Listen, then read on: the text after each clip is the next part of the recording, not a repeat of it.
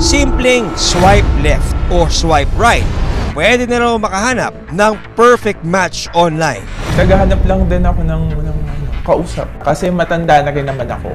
So I don't want to waste my time. Gusto mo meron kang tao dyan na makakaintindi sa'yo or magsasabi na sa'yo na ay magiging okay ang lahat. Pero paano kung ang taong inakala mong seseryoso sa'yo, mambubudol o scammer pala? Oh. Ma'am, okay na kayo?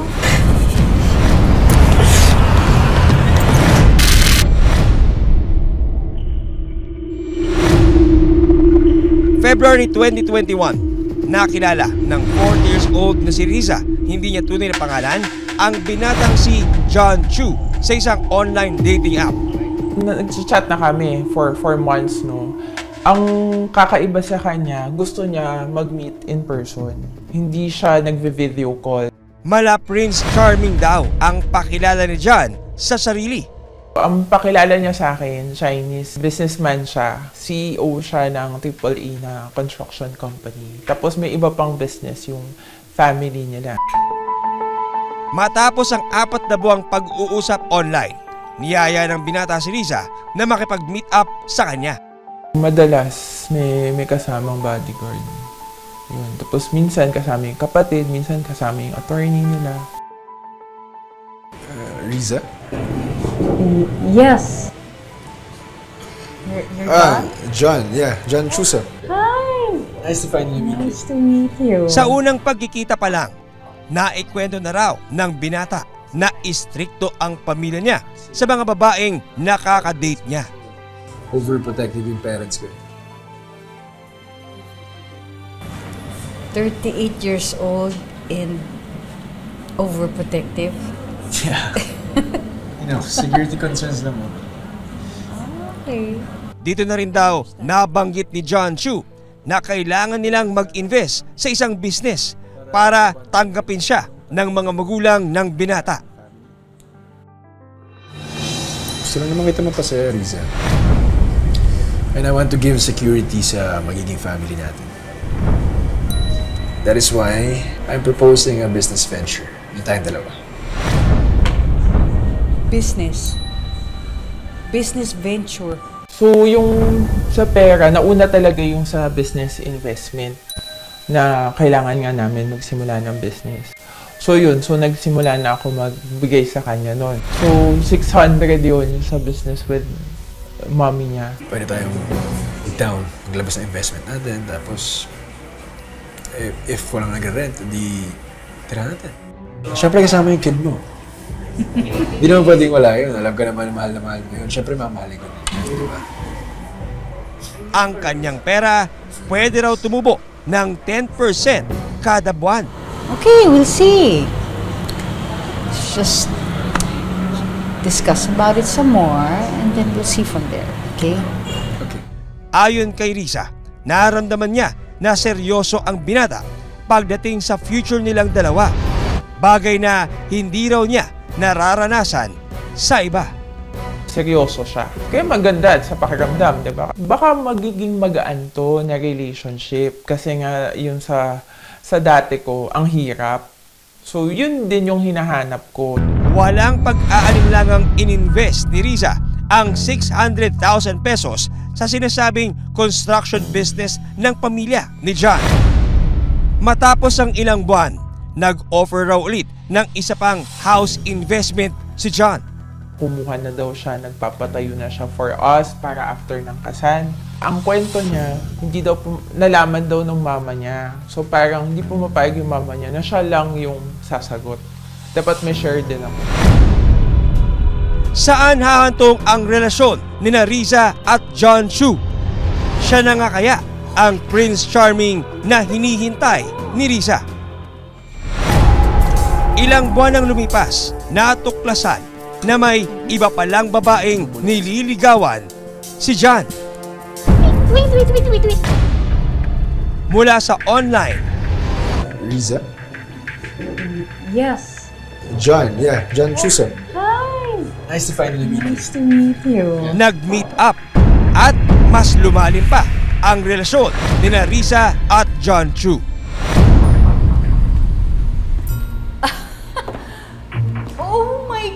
God! Oh my God! Ang ganda naman ito! Ang pakilala ng lalaki, isa siyang Chinese businessman at nagmamay-ari ng ilang construction company ang kanilang pamilya. John! Ang ganda naman ito! Ikaw yung unang naisip ko nung nakita ko tong house. At bakit naman? Kasi, syempre, dito na tayo titira kapag kinsa na tayo. Pero unti-unting nagdududa si Riza. Hulugan na lang natin sa kaibigan ko hanggang sa maging atin na. Hulugan natin? Bakit? I won't be able to afford it. Ano ka ba, babe? Don't worry, kasi I would shoulder most of it. Tapos, besides, what's 50M, di ba? 50M? Magkano yung share ko doon? 10%. 10%. 10% of 50M is 5 million. Maybe I can afford 2 million? Babe, kung kaya mo naman ng 3 million, I would appreciate it. Kapalit ng kabutihang ito, niregaluhan naman daw siya ng kasintahan ng isang mamahalin at high-tech daw na relo. Pero binawi rin daw ito agad ni John. Pinalagyan ng mic yung relo para mapakinggan yung conversations namin. So, nung binabawi niya, sabi niya, papatanggal ko na yung mic, okay ka na sa family. Kumbaga, hindi ka nababantayan. So, hindi na niya naibalik. Dahil lahat ng kanilang date sa labas, si Riza na ang gumagastos. Pati raw ang grocery sa bahay ni John, sagot daw ni Riza. Kumbaga siya, mag-grocery para sa kanila. Ako yung sasagot. Tapos magsasabi siya, natuwa nga si mama yung dami natin pinamiling grocery kasi pinapagluto niya ako eh. Lumalabas sa investigasyon ng mga otoridad na may iba pang babaeng nakilala si John online. Matagal nang hiwalay sa kanyang asawa si Sofia, hindi niya tunay na pangalan at 38 taong gulang. Kaya open daw siya na makipagrelasyon. Dito na sinubukan ni Sofia na mag-sign up sa isang online dating app. How was it? Ano yung first impression na pumasok sa inyo nung una mo siya nakilala? Siyempre, nung unang pagkikita, siya din naman nagbayad ng order siya ng mamahalin na alak at saka pika-pika. Dito nakilala niya ang binata na si John Chu, ang lalaking karelasyon din ni Riza.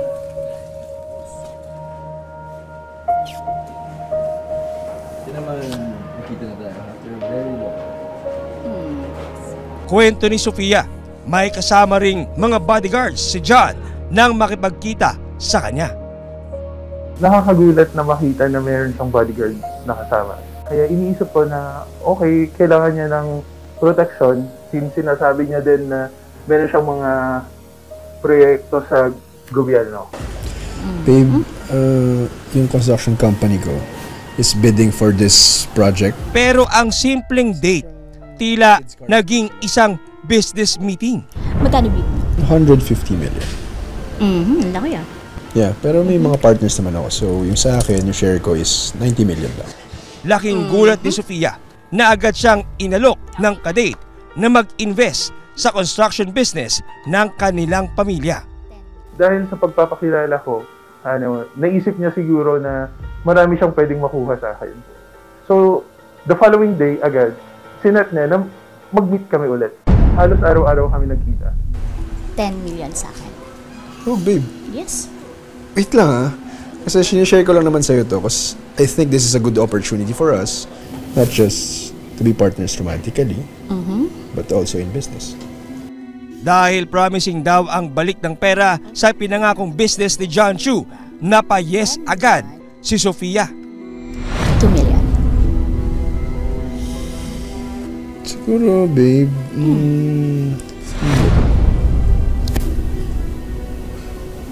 Okay. Let's drink to that. Ayon kay Sofia, matapos ang kanilang pag-uusap, niyaya pa siya ng binata na mag-shopping sa isang designer brand store at hiniritan na bilhan ito ng isang mamahaling sapatos. Ang nagastos ni Sofia sa shopping, umabot ng 70,000 pesos. Bukod dito, nakapagbigay si Sofia ng paunang bayad na 500,000 pesos para sa inalok na investment ni John. Wait lang. Nakakiyasas. Kaya mo sila. Mamaya na, wait. Bukod kina Riza at Sofia, isa pang babae ang napa-heart kay John. Ang 34 years old na si Regine, hindi niya tunay na pangalan. Saan hahantong ang pakikipag-meet up niya sa binata? Mahuhulog din kaya siya sa matatamis na pangako ni John? At ano ang kanilang matutuklasan sa tunay na katauhan ng lalaki? Naghahanap ng kasama sa buhay ang 34 years old at single mother na si alias Regine sa isang dating app na kilala niya ang isang lalaki. Gamit nito ang pangalang Lucy. Lumalabas na ang nagpakilalang si Lucy ay ang lalaking karelasyon din nina Riza at Sofia na si John Chu. Tulad nina Riza at Sofia, inakala rin ni Regine na seryoso sa kanya ang lalaki. Doon, nagre-ring yung phone mo. Para makuha ang suporta ng mga magulang ni Lucy sa kanilang relasyon, kailangan daw nilang pumunta ng Paris para sa isang investment trip. Ano, babe? Gusto ko makita ni Dad. Nakaka-pressure naman. Ano, babe? Kasi matagal naman nakita na kwento sa kanya. Just set a date. Kaya lang, babe, he's based in Paris, tapos nakita naman ako mga cheap flights. May 4 layovers nga lang, tapos 8 hours waiting sa Dubai. Magkano? 55K. Kaya lang, wala pa akong Schengen visa. Hindi problema yan kasi may friend ako sa French Embassy. Sabi niya 5K lang daw yung processing. So, all in all, mga 60K lang yung per head. Mura lang, di ba? Oo, mura lang. So, send mo na lang sa bank account ko yung 60K Ako na bahala sa lahat. Sige. Yun nga yung senaryo. Na-stroke daw yung kanyang tatay at kailangan niya magpagamot sa Paris. So lahat sila ay lumipad sa Paris or at least siya at nanay niya pumunta ng Paris. Bakit? Mamaya na lang. Samantala, noong mga panahon na ito, patuloy pa rin ang pakikipagrelasyon ni Sofia sa lalaki na si John Chu. Pero may napansin daw si Sofia sa binata. Palagi raw itong laman ng kasino. Dito na nag-umpisang maghinala si Sofia. Pumunta kami sa isang fine dining restaurant, dun din sa casino. Sabi niya nun is, mag-reserve lang ako pero siya yung magbabayad. Pero ang nangyari, ako pa rin yung nagbayad. Ano nga ba ang tunay na pagkatao ng binata na si John Chu at Lucy? From online love to online extortion, yan ang sinapit ng mga babaeng biktima sa kamay ng isang nagpakilalang big time na binata online.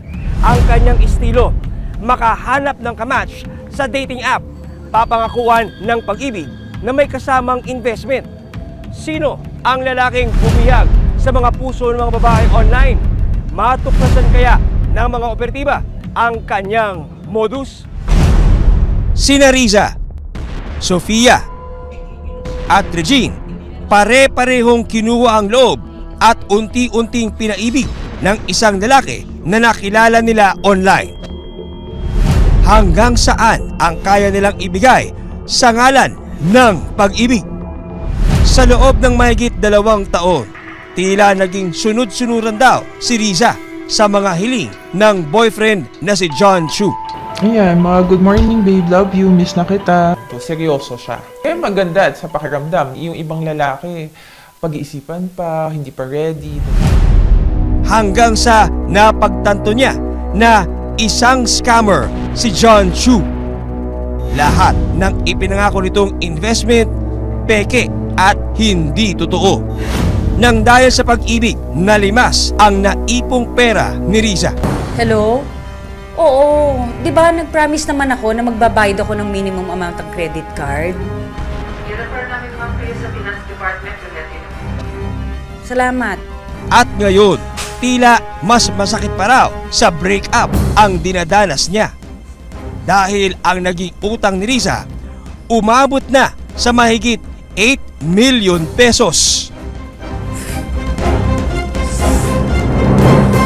Sa mga pag-ibig, SSS, sa bangko. So, marami pa akong kailangan bayaran utang.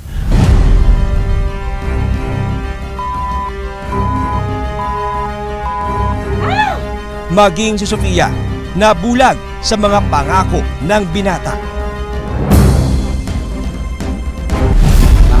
May update na po sa pinag-imbestigahan. Hanggang isang babae ang magiging susi para matigil na ang ginagawang panloloko ng lalaki sa mga babaeng nakikilala niya online. Ma'am, ito po yung dawsan na pinag-imbestigahan mo sa Susi. Nakilala online ni Riza ang isang John Chu na nagpakilalang isang businessman. Bukod sa alok na pag-ibig, inoferan rin daw siya ng investment sa kanilang construction company. Oh, ito yung dun sa isang investment natin, dun sa condominium business. Oh, yan muna ha. Umabot ng 8 milyong piso ang naibigay na pera ni Riza kay John Chu. Pero nang subukang hanapin ni Riza ang pangalang John Chu online, dito na niya napag-alaman na ang dinidate pala niya, isa pa lang scammer. Nakita ko na may trending conversations about his name, na scammer siya. Mali pala lahat ng naiisip ko. Kasi na-earn na talaga niya yung trust ko eh. Nakakalungkot na, doon pala napunta lahat. Hindi pala totoo lahat ng kwento niya. October 2023, humingi ng tulong si Riza sa Philippine National Police o PNP para mabawi ang mga perang binigay niya kay John Chu. Nung nalaman ko, siyempre, nalungkot ako. Pumunta ako ng PNP. Nagsumbong ako. Nagbigay ng demand letter si Riza sa dating kasintahan. Nabiktima rin ng lalaki ang single mother na si Regine. Pero hindi John Chu ang gamit itong pangalan, kundi Lucy. Ang alok naman sa kanya, business investment sa Paris. Mahigit 800,000 piso ang naibigay na pera ni Regine. Pero laking pagkataka niya na hindi pa rin sila nakakaalis ng bansa. Sorry, I'm late. At humirit pa raw si Lucy ng 25,000 pesos para sa kanilang visa application. Babe, hingi sana ako ng 25,000. Para saan? Sa visa application natin sa Paris. Nagbigay na ako ng 60,000 para sa airfare at visa ko. Tapos nagbigay din ako ng 160,000 dahil gustong sumama ng mom at brother mo. Isn't that enough? Babe, kasi tumaas yung airfare. Siguro dahil sa demand nung after the pandemic. Airfare? Akala ko para sa visa application yung 25,000. Kaya kasi nga, nagamit nga yung pera para sa visa application at sa airfare. Hindi naman tayo pwedeng mag-apply ng visa ng walang plane ticket. Dito na naghinala si Regine at humingi ng tulong sa National Bureau of Investigation Cybercrime Division. Ang sabi niya, na-victimize siya through dating apps. Marami sila, sabi niya, isa siya sa mga victims. Sa NBI, napag-alaman ni Regine na peke ang pangalan na ginamit ng lalaki sa pagpapakilala sa kanya. Kinumpirma ng mga otoridad kay Regine na ang totoong pangalan ng kanyang kadate ay Jeremiah Jaime Vergara at hindi Lucy. Hindi rin John Chu, napakilala naman niya kina Riza at Sofia. At may kaso siyang homicide noong nakaraan. Yung usual modus nito, pag nag-i-engage sa kanyang mga victims, meron siyang laging kasamang, sinasabi niya bodyguard. Nag-dig deeper kami, nag-start pala itong modus niya since 2018. We thought na 2020 kasi based sa online record, nandun yung 2020 na, mga GC na maraming galit sa kanya. Sir. Dahil dito, isang pekeng date ang pinlano ng NBI. Kumagat kaya ang suspect sa patibong ng mga otoridad? Ano ang matutuklasan ni Regine at ng iba pang biktima sa pagkatao ng suspect? Ikinasa ng NBI Cybercrime Division ang entrapment operation. Sa tulong ni Regine, kumagat si John Chu sa isang date kung saan ibibigay ni Regine ang hinihinging 25,000 pesos ng suspect para sa ipinangakong travel investment trip. Babe, by the way, nasa na pala yung 25K na hinihingi ko? Yung para sa visa application natin. Kasi yung friend ko sa French Embassy, hinihingi na sa akin yung payment. Baka andyan na.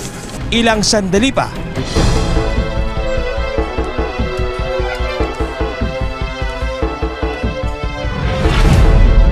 ito rin ang naging hudyat ng operatiba para hulihin ang suspect. Naaresto ko namin sa kasong large-scale estafa.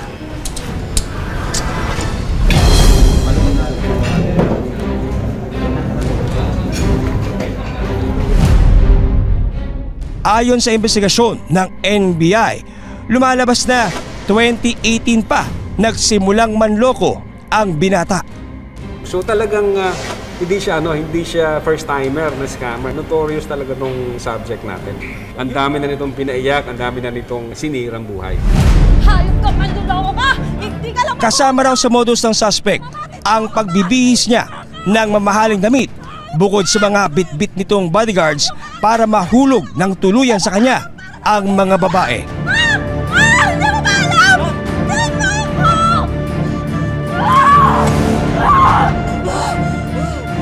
Demonyo ka!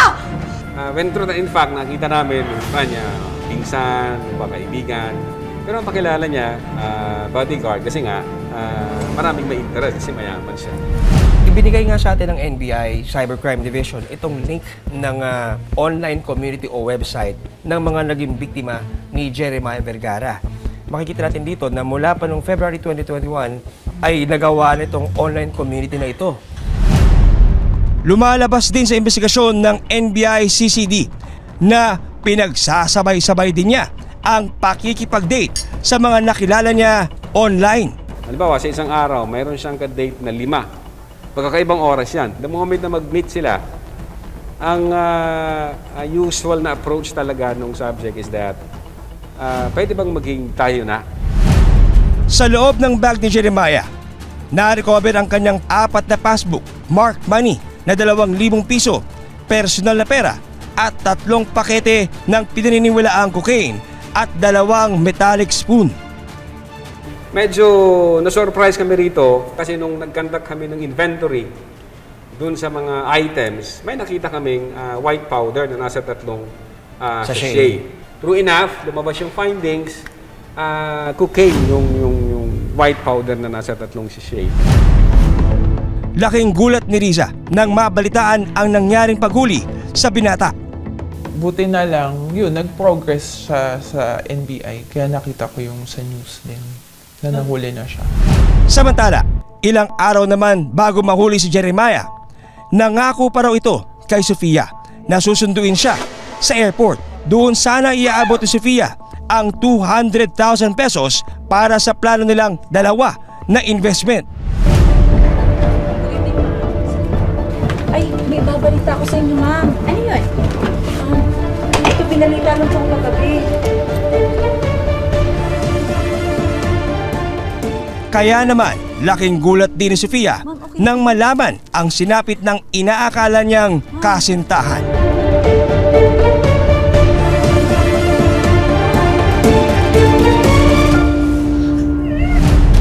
Sinampahan sa Jeremiah Vergara alias John Chu at Lucy ng kasong large-scale estafa. Sa pagkakabulgar ng modus ng suspect, ilang babae pa ang lumantad. Pag nabuo natin ngayon yung numbers ng victim, then mag-qualify siya sa syndicated estafa, baka i-request namin sa prosecution. But then after na makita nila yung show ninyo sa TV, naglabasan kasi mga complainant dyan eh. Nung nalaman ko, syempre masaya ako, pero hindi kasi nila nakuha lahat ng mga kasabwat niya. hindi lang si Jeremiah ang nakikinabang sa pera na nakukuha dun sa mga babae. Tinuntun din namin ang mga nagpakilalang kaanak ni Jeremiah na nakilala ng ilang biktima. Nakausap natin yung isa sa kanilang kaanak at ipinabot yung mensahe ng pamilya, no, na kahit gustuin natin na makuha yung kanilang panig, ay tumanggi sila magbigay ng anumang pahayag. Sa pagkakahuli ng suspect, umaasa si Riza na mabibigyan ng hustisya ang ginawang panloloko sa kanya ng taong minsan niyang minahal at pinagkatiwalaan. Sana makabawi man lang ako kahit kalahati dun sa amount mo para man lang yung mga utang ko mabayaran ko. Sobrang nakakasama ng loob ng isang lalaki na kagaya ng suspect na to na magpapakasarap sa buhay habang naghihirap yung mga pinagkuhanan niya ng mga pera na yon, na naapektuhan pati mga pamilya nila dahil sa ginawa niya. Pinag-iingat naman ng mga otoridad ang mga gumagamit ng dating application at maging mapanuri sa kanilang makakausap online. Please be careful with your engagement, especially pag mga dating apps yan, kasi hindi nyo sila kilala. Kung may meeting man, again, check nyo muna sino ba talaga yung tunay niyang pagkatao. Makikita nyo naman na open source, marami naman tayo dyan. O ipagtanong nyo kung taga saan siya, ano bang background niya. Hanggang sa susunod na Sabado para sa patuloy na pagtuklas ng katotohanan at paghahanap ng katarungan. Ako po si John Consulta at ito ang Pinoy Crime Stories.